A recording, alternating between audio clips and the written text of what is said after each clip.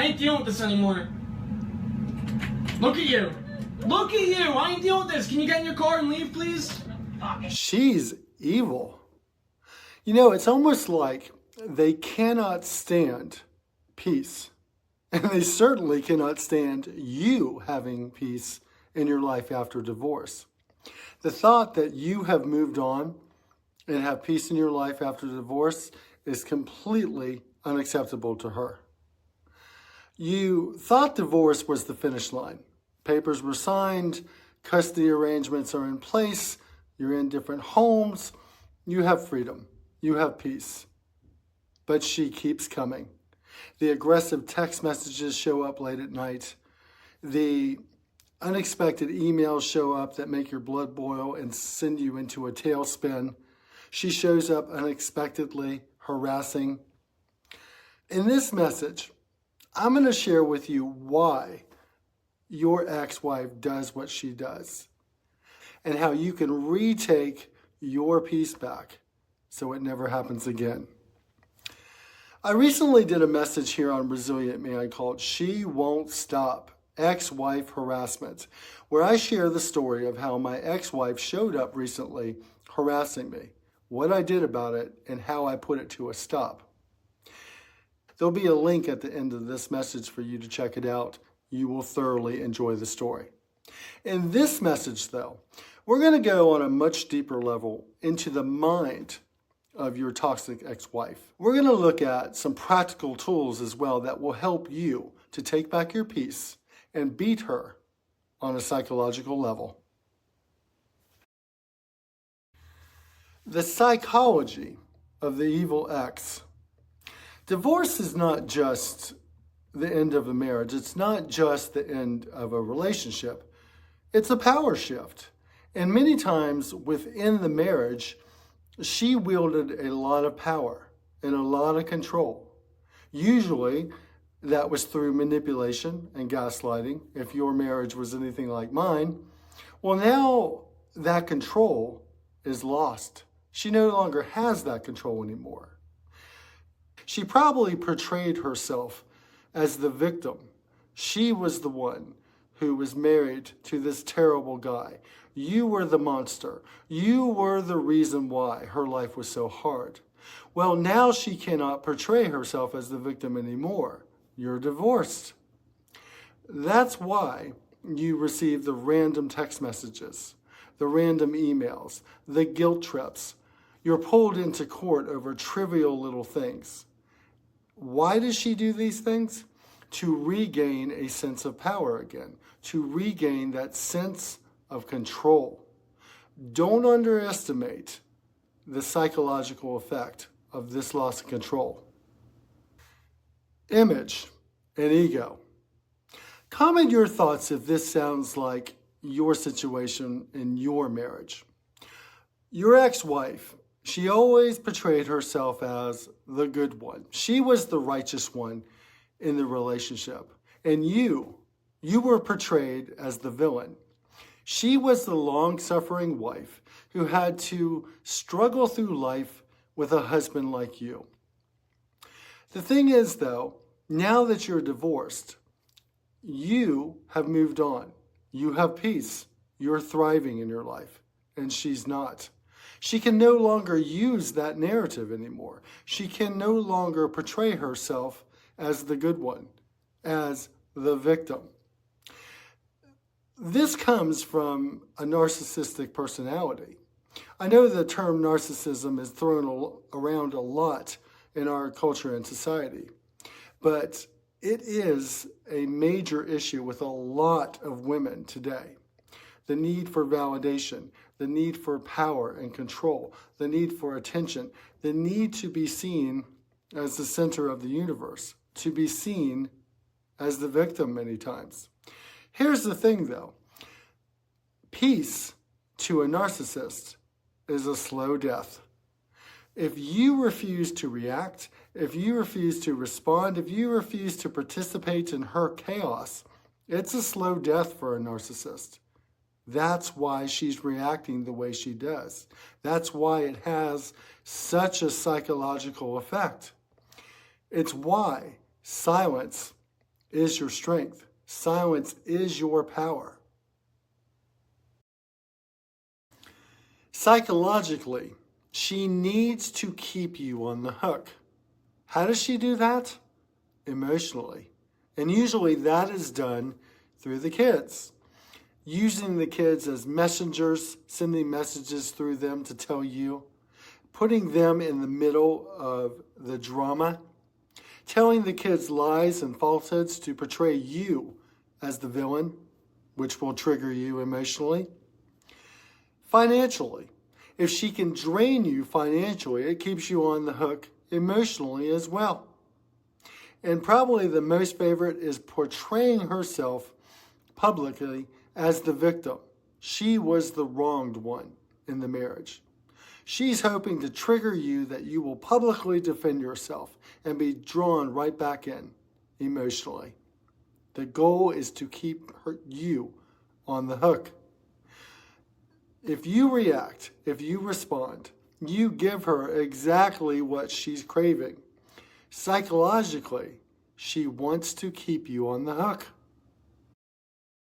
One of the worst psychological hooks that she may use against you, the court card, threatening to take you back to family court. You've been through it before. You've had that experience. You know how corrupt and biased the family courts are against men and fathers. She threatens that because she knows it's a harsh emotional hook. This is why you need to stay calm and you need to document everything that transpires between you. At the start of this message, I mentioned the video I did here on Resilient Man called She Won't Stop, Ex-Wife Harassment. There'll be a link at the end of this message so you can watch it. Check it out. I provide great practical tools to use in case you are dealing with a threatening ex-wife. Then there's the social sabotage. How many friends were turned against you in the divorce? How many family members were turned against you in the divorce? Or worse, your children were poisoned against you. Parental alienation is epidemic in our society and culture today. It's very hard to prove in court, and the family courts couldn't care less. As a man, you're seen as disposable anyways. What you need to remember in any of these situations, whether she's threatening you with court, she's turning friends or family against you, turning your children against you, stay calm. Be the consistent man and father that you are. That is going to reveal the truth long term. Taking back your peace. It's all in how you respond to her. You know, you need to look at your interactions with your ex-wife almost like a business transaction, a real estate transaction. When you purchase a home, when you buy a piece of real estate, there's no emotion involved. It's all about the numbers. It's all about coming to the terms. You discuss it back and forth, you negotiate, and you come to an agreement. You need to approach your interactions with your ex-wife in a similar way. Your responses are calm, they are measured, you don't give any more than you have to give. The responses are simply yes, no, okay, got it, sounds good, especially when it comes to your children. If you look at this from a business transaction perspective, it will change your mindset and it will enable you to retain more control and have more peace in your interactions with your ex-wife. Now, this comes from having tight boundaries with her. You refuse to engage. You refuse to jump into her drama and into her chaos. Your responses are measured. My suggestion is no phone calls unless it's absolutely necessary. Having an argument with your ex-wife on the phone is a waste of time and it can't be documented. All communication should be through either text or email, preferably email. Those are the best ways to ensure that everything is written down, everything is documented. And when you do, you assume that a judge is going to read these communications. So you be very careful in what you put. But with that assumption and with the documentation, you have that in your back pocket should you ever need to go back to court. It's very important that you stick to that tight boundary. Don't let her draw you into an argument on a phone call. Now, if she shows up, if she's harassing you at your house, that's when you handle things legally. You stay calm, you don't open the door, you don't engage her. You call the police, and if necessary, you file a restraining order. She will learn real quick, as my ex-wife did, harassment is not going to be tolerated.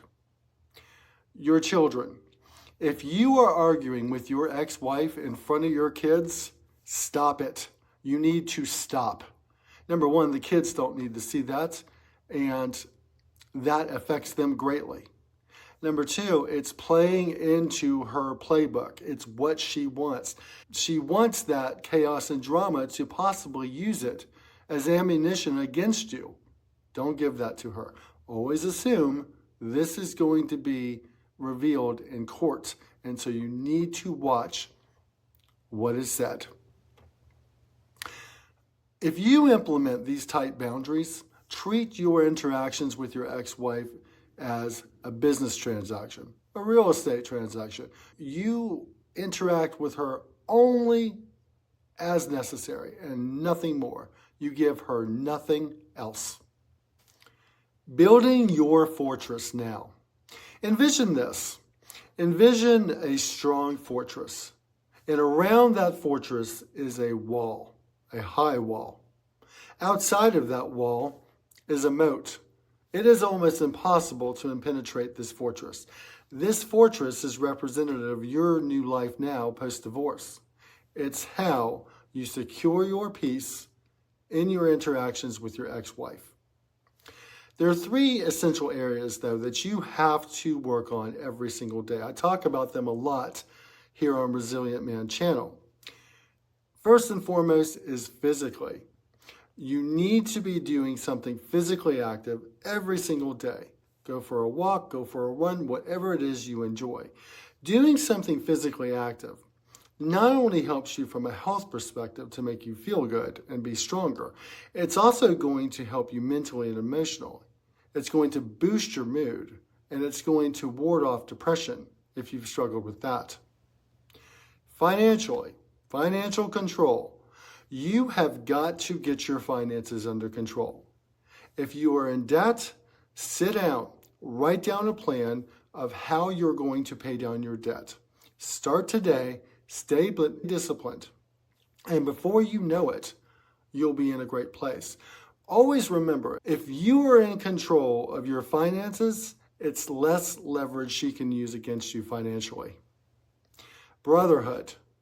You should not go through this alone. While you are building your new life, while you are building your fortress, other men, other guys who understand, who get it, who can come along and support you, who can hold you accountable, are essential. So if you don't have a tribe, find your tribe. Create your own tribe. Other guys who have similar interests who can be there as brothers. It'll make a huge difference as you're building your fortress. You know, silence is not weakness. Silence is your strength. You respond with silence.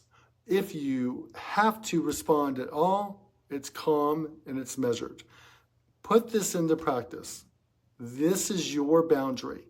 This is going to enable you to stay within your fortress and have peace. Brother, she's going to do what she's going to do, and you have no control over that. But you do have control over how you respond. She can rage. She can try and pull you back into her drama, her chaos. But see, that is only possible if you participate, if you engage her, if you refuse to, if you choose calm, stay disciplined, choose silence, you win. I was there myself, and I can tell you when I put these principles into practice, I was able to regain peace in my life. You know, you've been through a hard marriage, a volatile divorce. It's understandable if you feel like you want revenge. Here's the best revenge, though. The best revenge is you moving forward, free, having peace in your life, crafting your ideal life now. That is the best revenge. Check out She Won't Stop Ex-Wife Harassment for more practical tips that will help you. It's also a great story that you will thoroughly enjoy. Support the channel, like, subscribe, know your worth, protect your peace.